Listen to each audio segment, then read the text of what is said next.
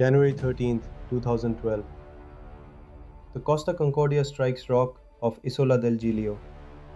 A 53-meter gash opens, 32 will die.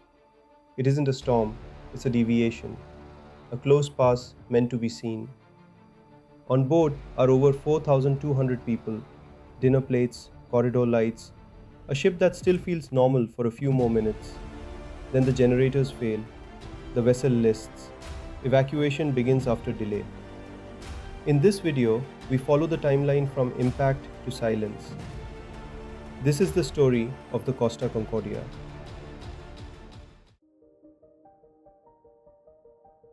Costa Concordia is a modern cruise ship, a floating routine, dinner seatings, theater lights, crew moving like clockwork through corridors that never feel like the sea.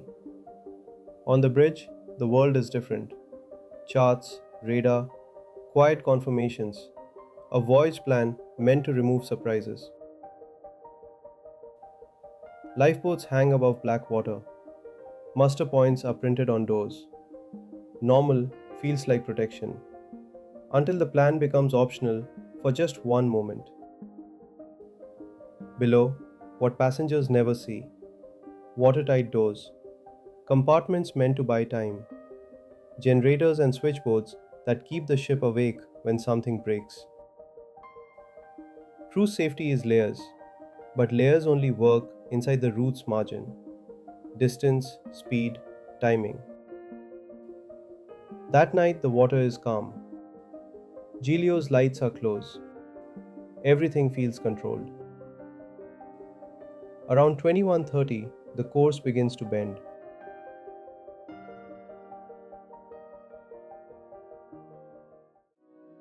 1918. Costa Concordia departs Civitavecchia.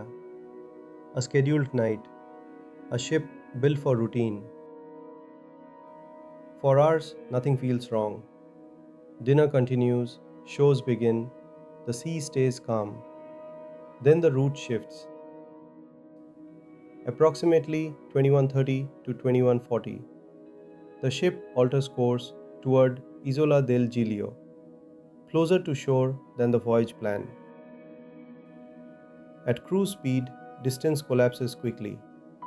The coastline stops being scenery and becomes terrain. 21:45:07. Impact. Not a head-on crash. A long tearing contact along the hull.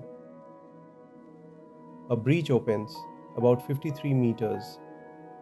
Water pours into spaces meant to stay dry. 5 watertight compartments flood, and the ship starts losing the margin that keeps it stable. Then the lights change. Flooding reaches critical systems. Generators fail. A blackout spreads through the ship. Not everywhere at once, but enough to make people stop. Emergency lighting returns in patches, a weaker version of normal. And beneath that, the ship's constant hum drops out. And that's when people start waiting for the wrong kind of confirmation. On the bridge, control begins to thin. Power loss becomes more than comfort. It becomes steering, propulsion, response. The ship starts to drift. The list to starboard begins. Small at first, a tilt you can explain away. Then it grows. Hallways pull sideways. Doors swing on their own. Stairs turn into slopes. Announcements come late or come unclear. People wait because they are told to. Others move because they don't believe it. Lifeboats become geometry. On the high side, they can launch. On the low side, the angle steals the space they need. And the shore stays close enough to feel like safety. Later that night, the ship grounds near Giglio. Motion ends, but the angle continues. Evacuation is no longer procedure. It's time, measured in degrees. The ship is still there, but nothing inside is level anymore. After the grounding, the ship stops traveling, but it doesn't stop changing. The list deepens, slow enough to deny, fast enough to trap. Inside, the geometry rewrites itself. A corridor becomes a ramp becomes something you climb. Handrails turn into lifelines. Footsteps turn into sliding. Emergency lights stay on in pockets. Green exit signs, dim ceiling strips, a lobby still glowing like it doesn't understand what's happening. You hear water, but not always where you see it. A slosh behind walls, a thud below deck. The ship's body speaking in small impacts and settling. Muster points fill unevenly. People arrive in clusters, then stop, because the next staircase is now a wall. Some are barefoot, some carry jackets. Some carry nothing except a phone with no signal strong enough to make this feel real. Outside, the island is close. Lights on shore. Voices across water. The distance looks short, but the ship's side is tall and the angle keeps growing. Lifeboats lower into dark water. On one side, they swing and clear. On the other, they jam against the ship or hang at a bad angle because the ship is no longer level. For a moment, there's a strange quiet, between instructions, between alarms, between the idea of cruise and the reality of evacuation. A city-sized vessel leaning in place, still lit in parts, still visible, while inside people move carefully as if one wrong step could change everything. And when the night finally starts to thin, the story turns from movement to numbers. Rescue moves in layers. Coast Guard coordination escalates.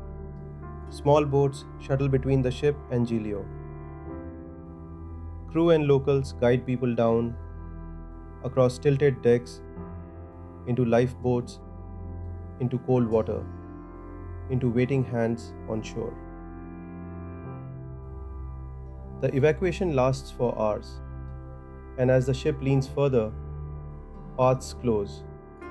Stairwells become impassable. Lower areas become unreachable. By morning, the accounting hardens into fact. Over 4,200 people were on board. 32 are dead. Then the second story begins, the one made of records. A formal technical investigation, released publicly in May 2013, concludes the central failure plainly. The ship was sailing closer to land than planned, at night, in waters with known hazards. It identifies compounding contributors: poor route planning and navigation decisions on the bridge, shortcomings in bridge resource management and emergency coordination, and critical system loss as flooding reached electrical equipment, leading to loss of power and degraded capability during the emergency. The failure wasn't one thing.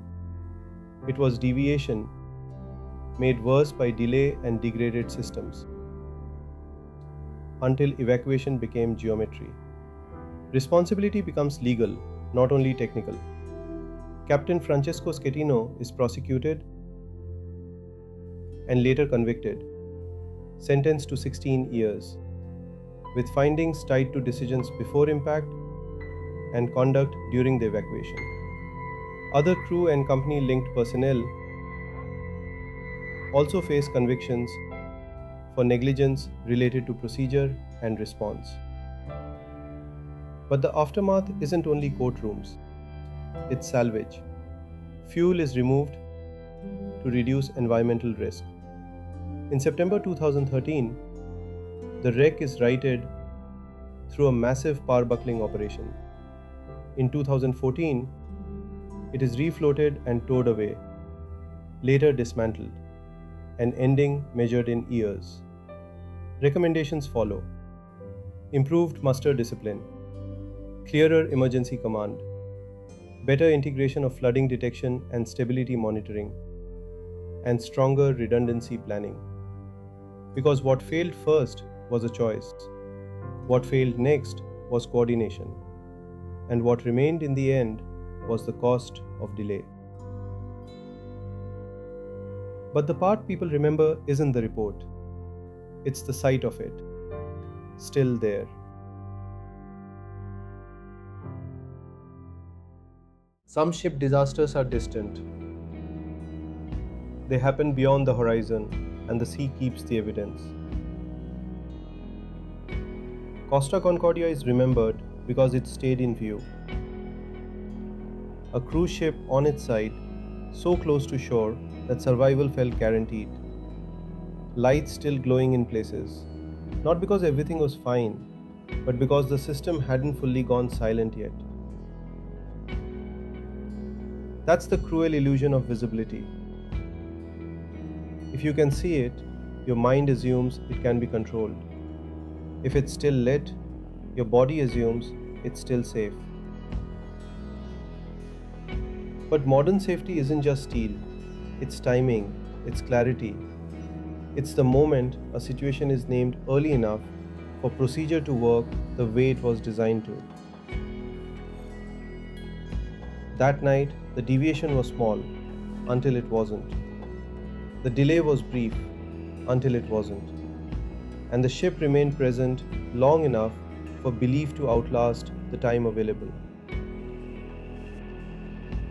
In the reports, the language is technical: course alteration, breach length, compartments, blackout, list.